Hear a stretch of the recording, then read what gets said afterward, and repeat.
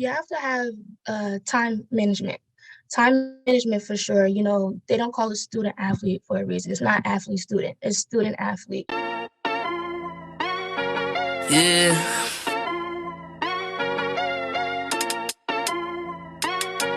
Yeah. Look at me. Bench mob. They're speaking the facts that you wanna hear. They rep a jersey, the vision is clear. Diamonds glisten like a chandelier. You know what I'm here for, like Marshawn Lynch. At clutch time, we do not flinch. Real brothers, we do not switch. Hit home runs with the right pitch. Who run the city? What to do when they hating on you? I feel like Kobe 2010. Taking an L, all I need is a win. Business is business, you know how they go. You playing the seats, now it's time to grow. Tuning now, gotta be in the know. Showtime, bitch, my butter blow. I ain't seen from now.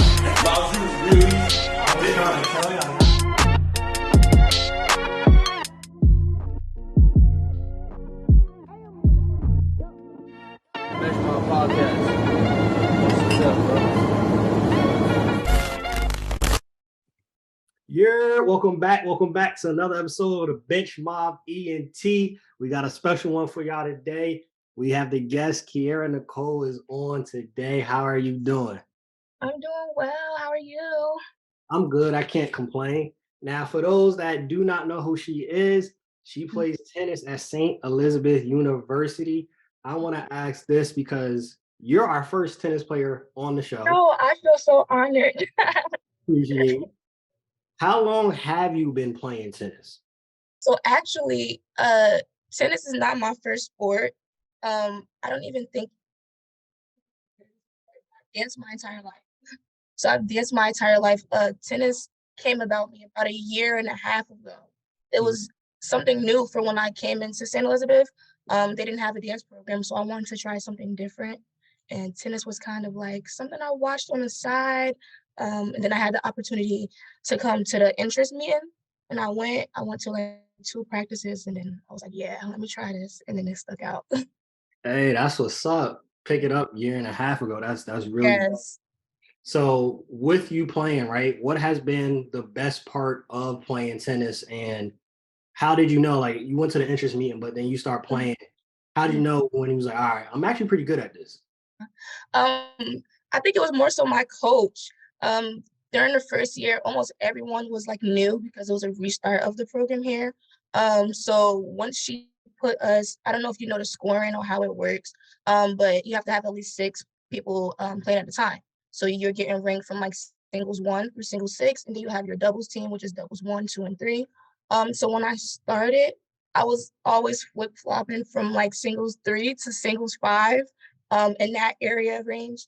Until one game she put me at singles 1, which was crazy. I was like, singles 1 is crazy. You know, you play some people who's like should be at a D1 level and they're at the D3. So I'm like, singles 1. So I took on a challenge. I did singles 1. Obviously I lost, but it was more so the challenge, like going through the process of playing someone that extreme. I was just confident at the end. I was confident in my game, and I was like, oh yeah, this is something I like to do. I want to get as better so I can be a singles 1 next year possibly. So kind of stuck it like that. Hey, that's what's up. I mean, sometimes you have to go against the better competition to see what's Exactly. at. And it And humbles you a little bit too. it builds that confidence a little bit too. Like, hey, I can do this. I'm playing one of the better players. So Yeah. that's definitely dope. So you mentioned though, like, so you want to be singles 1 next season. What are you doing in your off season to actually make yourself a better tennis player? So actually in the mornings, you know, you do your workout, you do your Pilates, have your Pilates, and I have my coffee after, don't worry. But in the summertime, me and my friends, we just get together on some local courts, you know, in our neighborhoods, and we just play each other. We watch videos. I watch a lot of videos in slow motion of some of the pros, and like one day I'll focus specifically on like doing forehands. Then I go out to the courts and I'll do my forehands and, you know, try to of what I just watched in the video. Then the next day I move on to backhand, same thing, serves the next day. And I kind of just put it all together. By the end of the week, I should have been better from what I learned that week from the year before. That sounds like a good plan right there. I think also too the best way to improve is to play. A lot of people practice, but then don't put it to the playing aspect because once you play, you don't know how the opponent's going to hit the ball. You don't know Mhm. where it's going to You be have at. So, certain slice serves or harder serves. You don't know if it could be the baseline, you know, if it could be forward in. So yeah. yeah, so that's dope. For you, you mentioned that you watch a lot of film, which I think that's Mhm. great and that's important and key in any sport. Right. You, who are some of the pros that you do watch to try to pick up the forehand to be better, to serve? Like, who do you watch? Yeah. Uh, for sure. I actually watch more of the guy pros more than the female pros. Um, I can say my top player right now is definitely Naomi Osaka. I love her. She just hits so gracefully, so I love watching her. But definitely for my forehands, I watch a lot of Nadal or Federer. And then for my backhand, Serena Williams.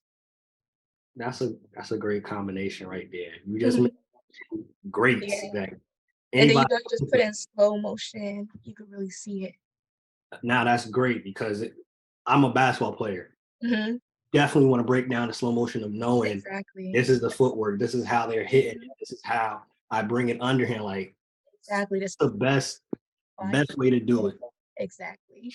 For you, do you see yourself possibly wanting to continue to do this maybe after college if you get to a certain level of like skill, or is it something that, like you said, you're gonna try it out and finish out through college?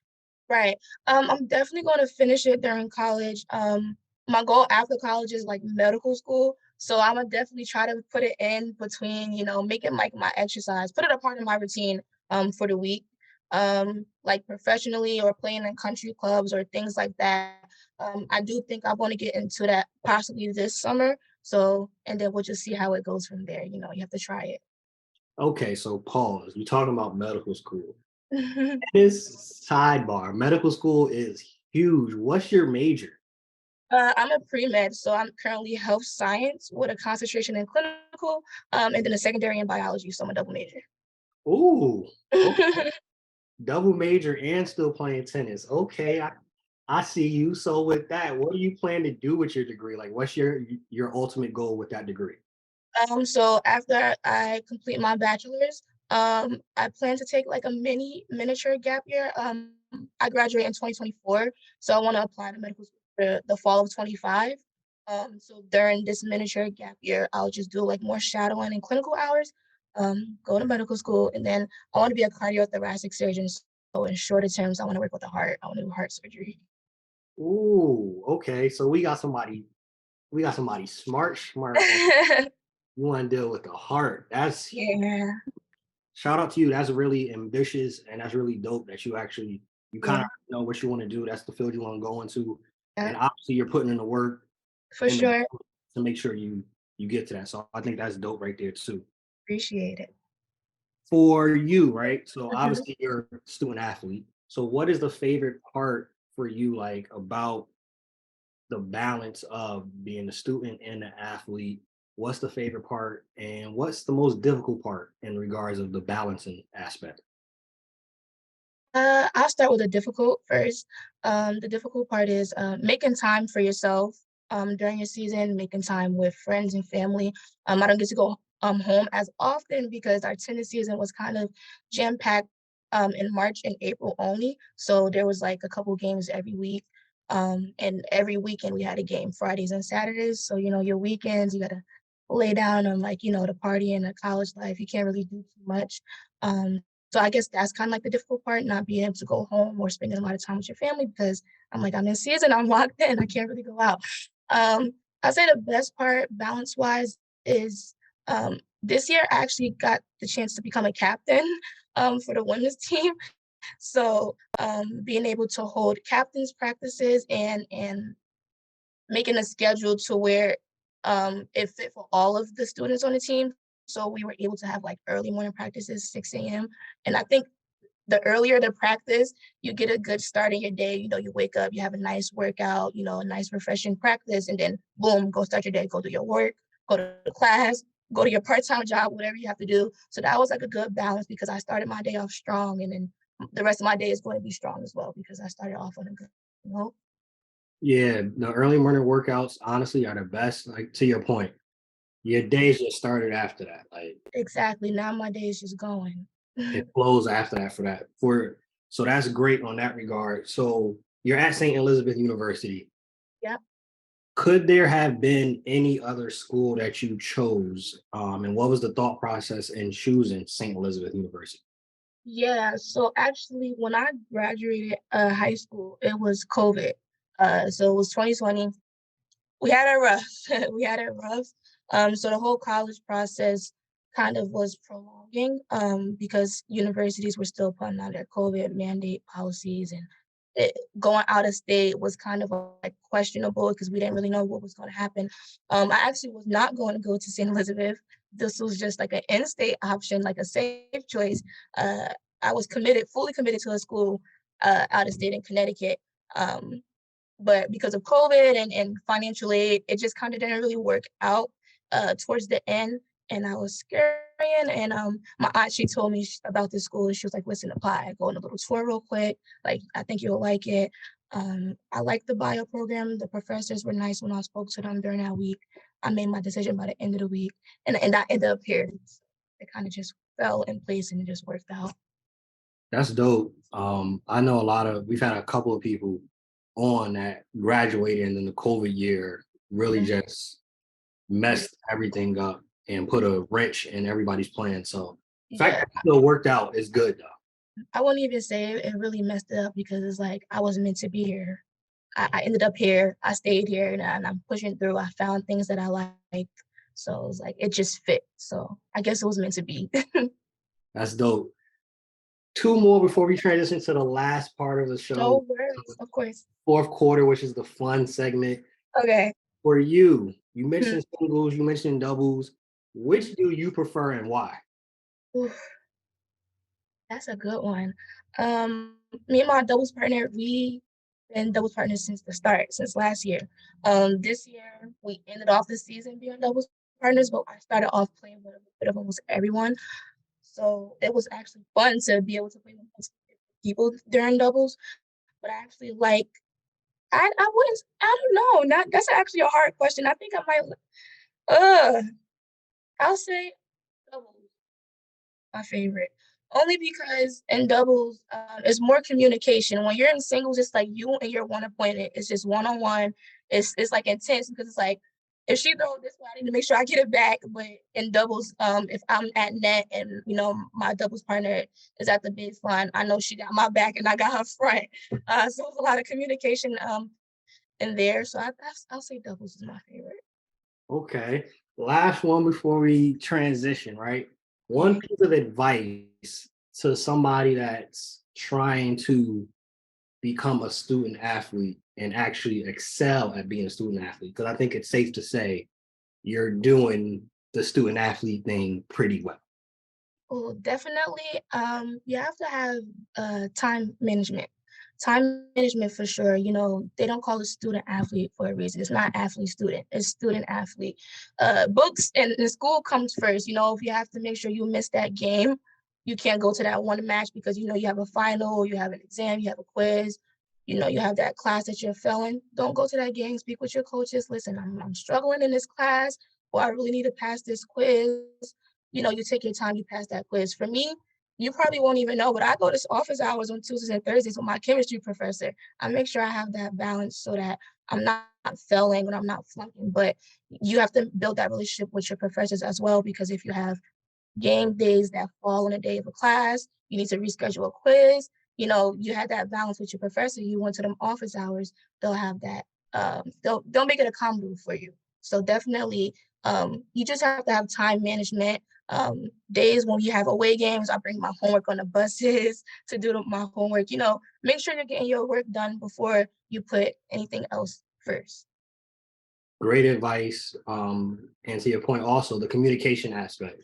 You got to communicate with your professors, with your coaches, and I'm pretty sure most colleges, most universities, they want, and they want to see you succeed, so they'll help you out as long as you let them know. But most of the sports, they have mandatory study hours. So if you have those mandatory study hours, make sure you're going and do your work. Don't just sit there. Do the work in the study hours. You might as well. Why sit there for the 2 hours? Fourth quarter segment, We ask this to everybody that's been on the show. What is your favorite meal? I'm not gonna lie. My favorite meal is probably like Cajun chicken pasta. Okay. Spinach with spinach. You have to add the spinach and they gotta have a little mix. Okay, so is that homemade or you get that from somewhere? Homemade, homemade. Listen, my mom should be touching down and my auntie, they got it in the kitchen. I probably ask for that almost every weekend. That and like Big ZDL. Definitely pastas. I'm a pasta girl. Got it, got it. On game day, what's on your playlist? What you listening to? Oof. For sure, number one, when I'm like warming up, after we do a group warm up by myself and I have my earpods in, I don't want to cuss. So in Paris, Jay-Z, Kanye West, that's number one. That's definitely number one. Number two is probably a mix of like G Herbo, a little bit of East G. You gotta go a little hard. I don't want to hear nothing soft before a game day. I gotta get in my mood. Got it. That makes sense. That makes sense. If you could play any other sport, Mhm. what would it be? Ooh, that's a good question. I'll probably do they have, like, flag football for women or something like that. I'll probably do Okay. that. Yeah, I could see myself doing that. I All can't do right. no volleyball. Y'all got it. Got it. So, gotta ask, Mhm. it's in your bio. It says fashion model. Yeah. So, in your opinion, give me the three most fashionable people, whether it be celebrities, somebody that you know personally. Who do you see as three of the most fashionable people? Okay. I actually modeled when I was younger to like mid high. So like it's probably gonna be more on the celebrity side of who I looked up to. Number one, Tiana Taylor. She got it with everything. She's very versatile. She can do the whole dress down to the dress up. Did you see her Met Gala look last night? Uh, yeah, she ate that. I love Um, Tiana. I love her. Yeah, she has it. Number two, I'll probably say on a fashion standpoint, Naomi Campbell. She's it's like very sweet, but very like elegant at the same time. Like her everyday fits. Um, Oh no, I kind of look up to her a lot. And then there's this designer, her name is Tiana Parker. I love her clothing line, and the way she dresses as well. They're top three for me. That's dope. Of course, I have to ask because everybody has their own definition too. Yeah, What does fashion mean to you? If you had to define yeah. fashion, what is fashion? Definitely, it's just a way to express yourself. I feel as though clothing it brings your personality. So, you have the gothic looks. You have your my alter ego is like Beyonce Sasha Fierce. So every time I step out, I have to be like, I don't know, I like to wear heels, but I like to pair up heels with like jeans, whether it's a dress, whether it's a skirt. I also like business attire, so I wear a lot of business attire. I'm sure today I have my St. Elizabeth hoodie on. But if any other day I will have on like a blazer with a top and some dress shoes. I feel like your fashion, your clothing, it braces your personality. So I'm very outgoing. I wear a lot of bright clothing. I'm always in like an office or in a business room. So that's why I'm always businessy. So I think it's just a way to express how you feel during the day. If I'm feeling gloomy today, I'm gonna wear sweats and a hoodie. But if today I woke up and I'm on the bright side of the bed, my outfit is going to give you a pop of colors. So. Gotcha. So we got two more. Number Mhm. one, number one thing you like to do Mhm. that has nothing to do with sports Mhm. or school. Okay. Probably right now, binge watching Grey's Anatomy. Okay. I watched all the way to season 19. I was getting a little antsy, waiting for the next episodes to come out. So I started it over. So that and I'm watching Scandal right now.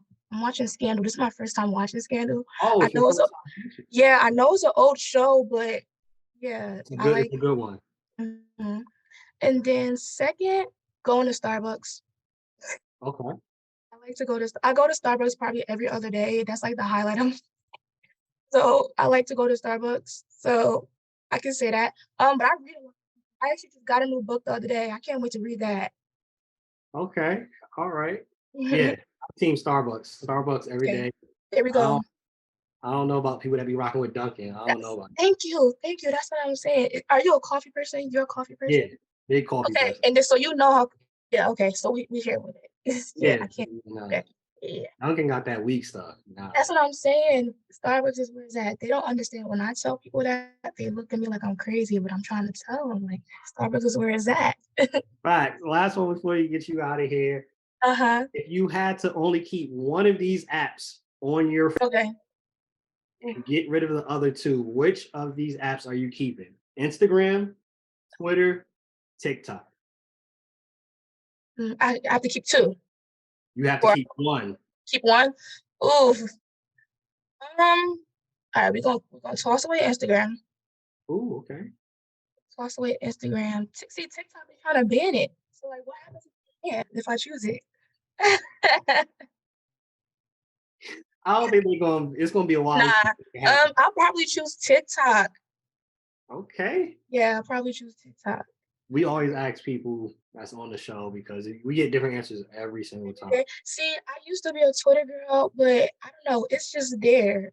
It's just on my phone at this point. I haven't opened it in so long. I'm on TikTok probably every day, so I'm gonna say TikTok. But TikTok is so informative too. Like you have the funny aspect, but you also have the informative stuff. So I'm gonna choose TikTok. I can't, argue with that because TikTok, that's going to give you. You might end up being on there for 4 or 5 hours just scrolling it, and a part of that 4 or 5 hours, it'd be some good stuff too. That's You'll what be I'm laughing, but then it'd be some stuff like, "Oh, I didn't know this. exactly. Oh, Exactly. I want to But try then that recipe." the more and more you search things up, like then everything that you want to learn starts popping up on your feed. You got it. It's a win-win. It's a win-win with TikTok. So I'm gonna choose TikTok. Thank Bet. Appreciate you hopping on. Appreciate you you for taking having me. schedule. Yeah, Yeah. for everybody that's watching this on YouTube, if you're listening to this on Apple, Spotify, make sure you subscribe, Yeah. share, rate us 5 stars, leave Yeah. a review. And y'all know the vibes. If you stay ready, you don't gotta get ready. Don't Bench got mob, we out. Peace. me.